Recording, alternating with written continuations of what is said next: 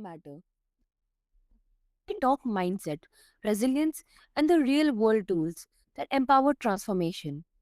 Today's guest is Douglas Katz, a West Point grad, disabled Army veteran, and founder of RedLeg Innovation, a venture studio crafting products that prioritize independence, dignity, and control for people with physical limitations and caregivers. Doug's work is where grit meets heart, and his mission is clear: design with lived experience, not around it.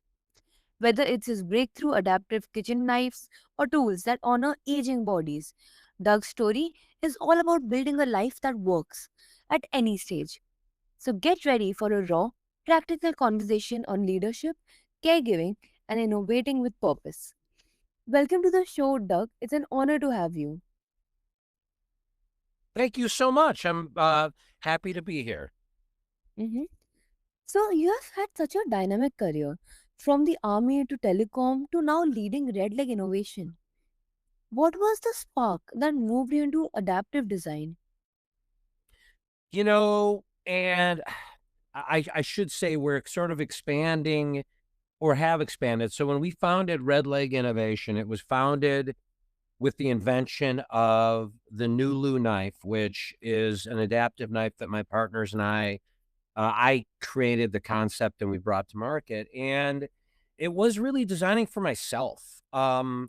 As we've continued down our journey, we've expanded, right? So we've taken an adaptive, assistive, adjacent approach. So a AAA approach where if we find a good idea, then we will see where else can it apply. I'm sorry, my phone went off right there.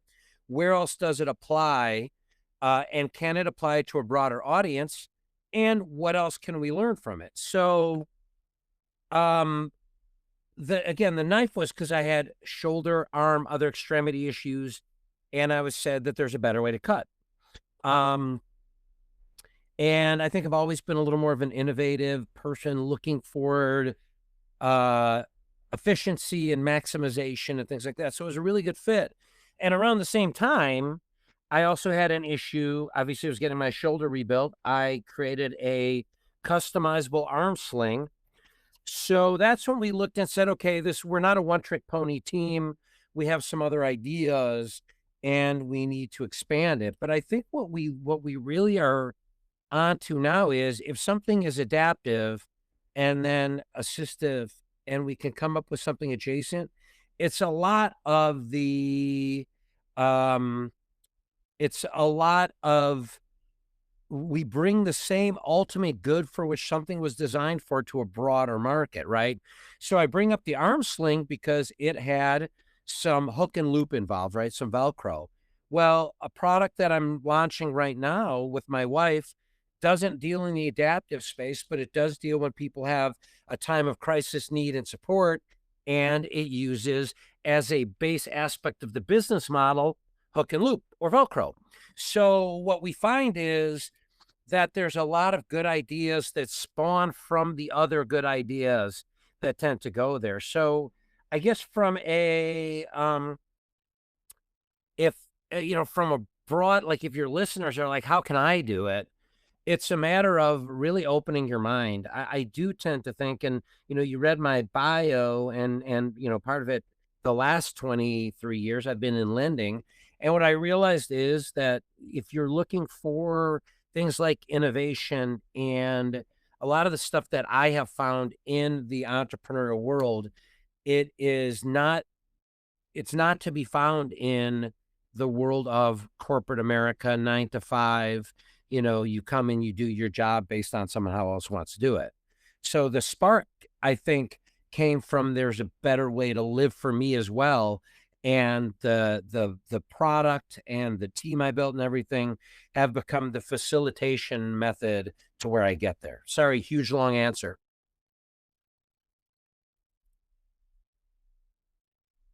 Mm-hmm. That's amazing. And did your own experience with injury reshape your view of what independence really means? Oh, it did. It did. That's a great question. And actually, we created a model around disability. And there's a reverse way of answering your question, right? Because if you think all adaptability is engineering or reverse engineering to a point where somebody's not able to accomplish a task. But, people don't love to be called disabled. Um, I guess unless it gives them money, which I get it. Like I'm a disabled vet, right? Like I get benefits from that. But given the option, I would not necessarily want to be considered that because it's a pejorative. It is something that highlights an inability as opposed to an ability to do things.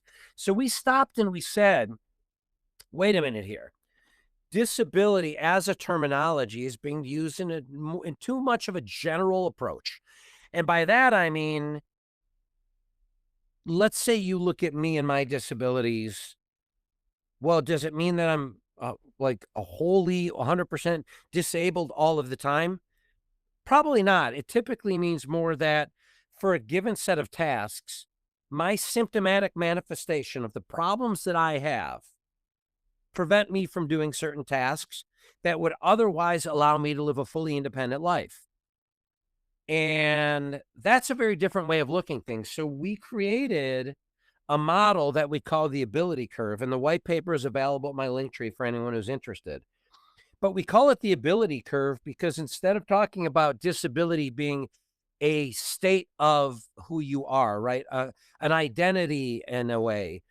It's not. It's a matter of being disabled. And frankly, we get in arguments with this all the time with investors and other people to whom we pitch when they say, wait a minute, your number for disabled people is too big. Well, is it? With respect to cutting a knife or cutting something with a knife, you require a certain amount of arm strength, dexterity, and coordination. Well, it doesn't matter if you are like injured or you have a chronic issue, you're old, or maybe you're young. If you don't have the 100% ability as defined by the required strength, dexterity, and coordination to do that, you're in some way disabled. So definitionally, senior citizens and children have the same symptomatic profile that someone maybe like me who has some osteoarthritis and other issues, right? So when we look at it from a task perspective, we're able to more broadly approach the term disabled and say, hey, guess what? We're all headed there. We all came from there and we're headed there.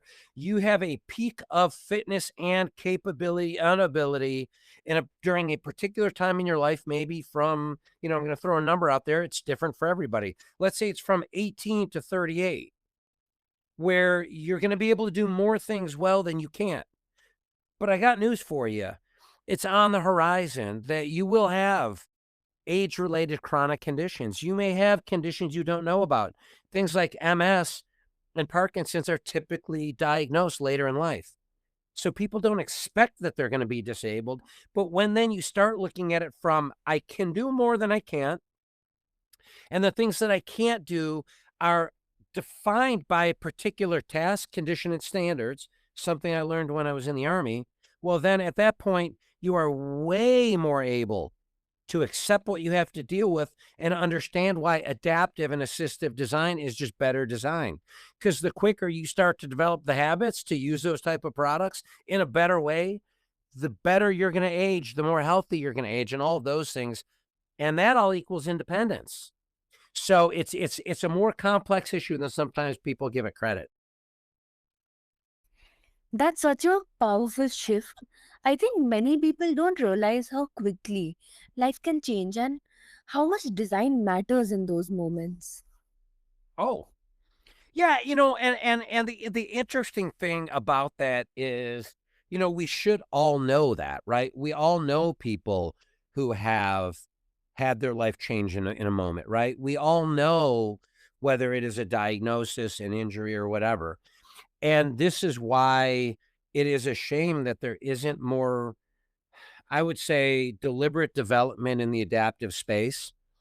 And it's because in our country, or in the US, I should say, because I don't know how other countries look at things, but generally, um, stuff that's related to inclusiveness and minimizing disabilities, not only, from a design perspective for a particular item, but just how we live, isn't necessarily something that is always held in high esteem for tax dollars or other things, right? So I think the more that people understand that, right? Like it's always bothered me when people do things like don't get on the organ donor registry, but should they need an organ that's donated to them, they're first in line.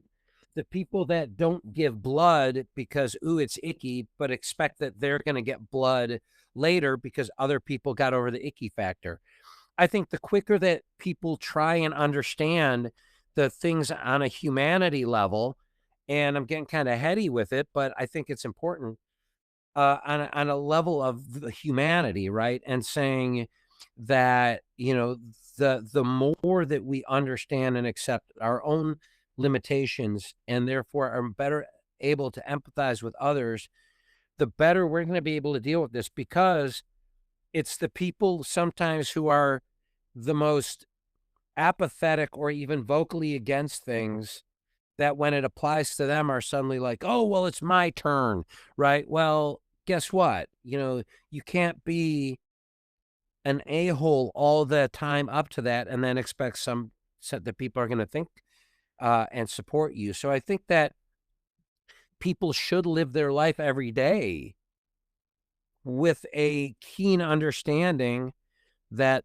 their state of being and potentially their life is a very fragile thing that can change, and that the more we do to empower people who can't who have already had that diagnosis or that injury or whatever, the better we are as a society. And so I think that it's all kind of wrapped up in the same thing, and that people just, need to figure that out, right? Like you don't get rid of things like OSHA and other places that, like the ADA. You should be working toward creating where those organizations or all of us generally work under a common set of principles that we would like every person to be able to fulfill that potential that they have. Because many times, why we are categorizing them as disabled have nothing to do with what they can add to the bottom line of our society, our country, their community, whatever.